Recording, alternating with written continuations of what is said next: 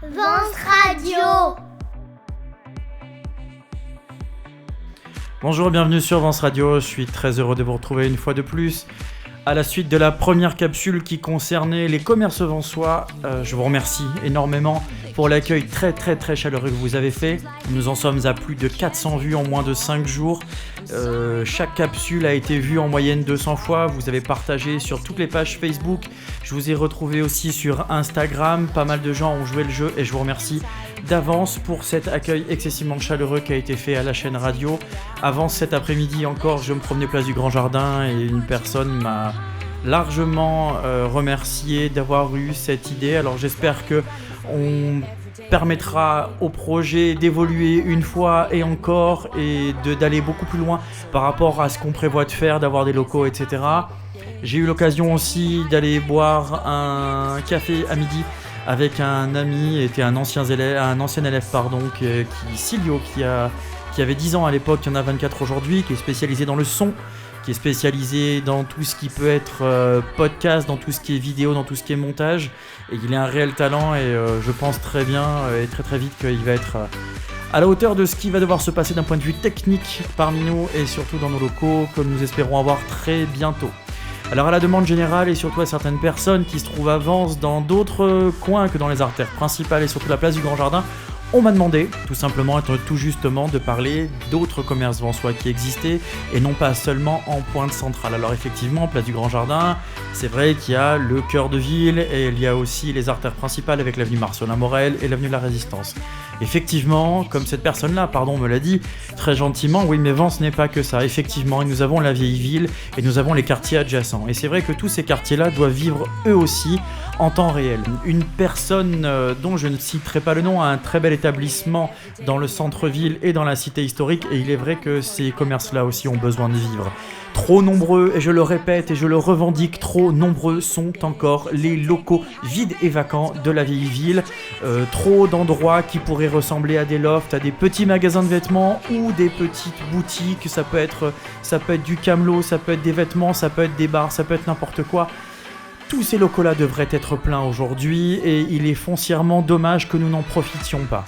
Dans l'avenue Saint-Michel, sur l'avenue Saint-Michel, il y a un local aussi que j'aimerais bien, si la personne m'entend, c'est une sorte de petit local et dans ce local-là, apparemment, c'est un ancien garage et ça ferait un beau studio. Donc si la personne m'entend, qu'elle puisse me contacter tout simplement à la radio, c'est Vence Radio, tout attaché 0640. @gmail.com, envoyez-moi un mail, téléphonez-moi, contactez-moi sur la page Facebook du même nom. Voilà, en ce qui concerne la capsule et de ce que l'on peut dire d'un petit peu plus, on va dire, un petit peu plus poussé au niveau des commerces, parce que l'autre jour, sur une capsule de 8-9 minutes, on n'a pas forcément le temps de tout dire, on n'a pas forcément le temps de tout raconter, et il y a des choses que l'on aborde et pas, et c'est important aussi pour moi que la capsule ne soit pas trop longue pour que vous puissiez l'écouter ou la regarder, que ce soit en rediffusion ou à l'instant où je la poste sur YouTube et sur Facebook. Je remercie aussi tous les gens qui m'ont envoyé des mails pour me féliciter, pour m'encourager, pour raconter aussi que c'était vraiment quelque chose qui manquait à Vence. Voilà. Alors en ce qui concerne le commerce, c'est vrai que souvent on me dit bah oui mais à Vence, avant il y avait ci, à Vence il y avait ça, etc. Il ne faut pas oublier que le commerce évolue. Aujourd'hui on est vraiment sur du commerce en ligne, n'en déplaise à certains, mais le commerce de proximité doit rester une porte ouverte vers le peuple. À Vence, il y a des gens qui ne peuvent pas se déplacer. Il y a des gens qui n'ont pas de voiture, de scooter, pour qui c'est compliqué de prendre un moyen de transport pour aller dans les grandes agglomérations. Et je vais même aller plus loin. Il y a des gens pour qui c'est difficile aujourd'hui d'aller faire leurs courses dans de nombreux établissements vensois, même de supermarchés, parce qu'ils habitent trop loin. Et pour faire des courses un petit peu conséquentes, ils n'en ont pas la possibilité. Alors tout ce qui est commerce du centre-ville, tout ce qui est commerce de Vence intramuros, extramuros, tout ce qui peut être sur l'avenue Marcelin Morel, tout ce qui peut être sur l'avenue de la Résistance ou même avenue Victor Hugo, tout ce qui englobe le cœur de la ville a besoin foncièrement de fonctionner.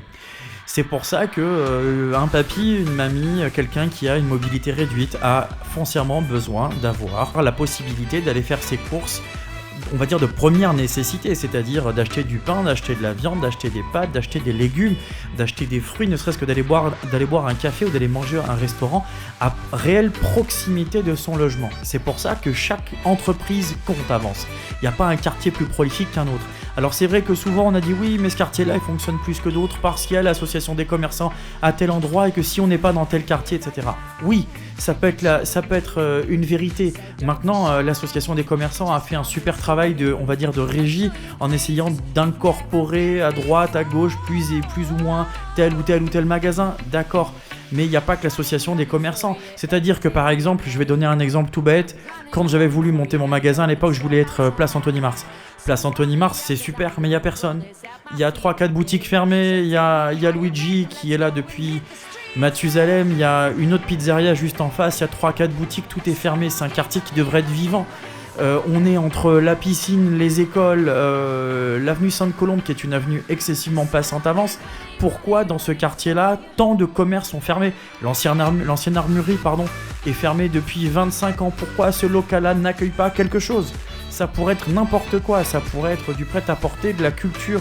Ça pourrait être, je sais pas moi, ce que vous voulez, une librairie, un tatoueur, mais ça fait 25 ans que ce local-là est fermé tout bonnement. Donc voilà, le commerce doit apparaître partout, en tout lieu, dans tous les domaines, pour que la ville retrouve foncièrement une homogénéité totale. Pendant certaines réunions, on avait entendu dire que par rapport au bas de Vence, il allait y avoir des navettes qui allaient monter en ville pour aider les personnes âgées, les personnes en situation de handicap, etc.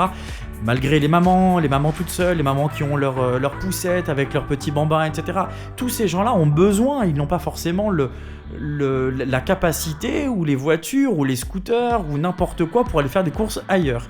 Donc c'est la raison pour laquelle tout ce commerce-là doit être redynamisé très très vite. Alors je fais encore un appel, je sais peut-être certains d'entre vous vont trouver ça excessivement lourd, mais nous avons besoin à Vence de locaux fonctionnels rapidement pour que des gens qui veuillent et puissent entreprendre puissent le faire tout de suite. Voilà, un loyer, on n'en parle plus, l'enseigne est posée sur la porte, on ouvre la porte et le commerce est reparti. Voilà, donc c'était cette deuxième capsule. Si vous voulez annoncer vis-à-vis de la radio parce que vous trouvez qu'il y a du potentiel, si vous voulez si vous voulez avoir un spot publicitaire, si vous voulez que par rapport à YouTube et par rapport au site internet et à la page Facebook, nous transmettions vos coordonnées pour faire de la publicité Avance au-delà des pages Facebook, comme il en existe des tas qui me permettent aussi largement et allègrement de vous donner l'information et de vous transmettre ce spot.